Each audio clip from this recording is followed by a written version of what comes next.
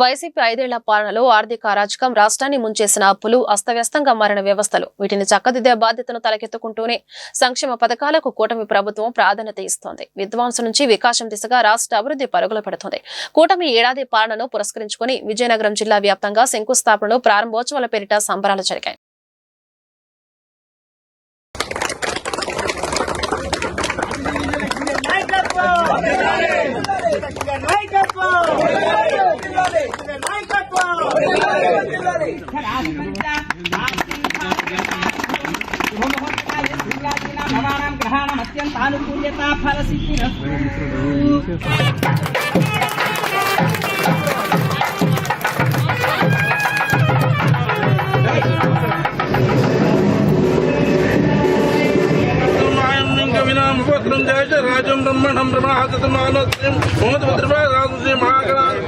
గత పాలకులు పూర్తిగా అభివృద్ధిని నిర్వీర్యం చేశారు.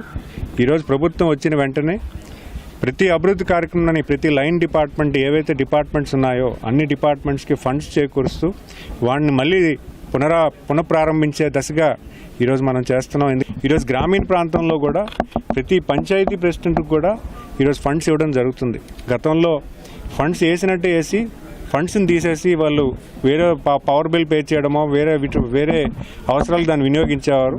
ఖచ్చితంగా అభివృద్ధి, సంక్షేమం రెండు కళ్ళు కింద భావించి ఈరోజు ప్రభుత్వం నడుస్తున్న తరుణంలో ఈ సంవత్సర వ్యవధిలో చేసినటువంటి ప్రతి అభివృద్ధి కార్యక్రమాన్ని కూడా ఒక ఇనాగ్రల్ ఫంక్షన్లా చేసి యావత్ ప్రజానికానికి తెలియజేయమని మాకు గౌరవ ముఖ్యమంత్రి వారు తెలియజేశారు.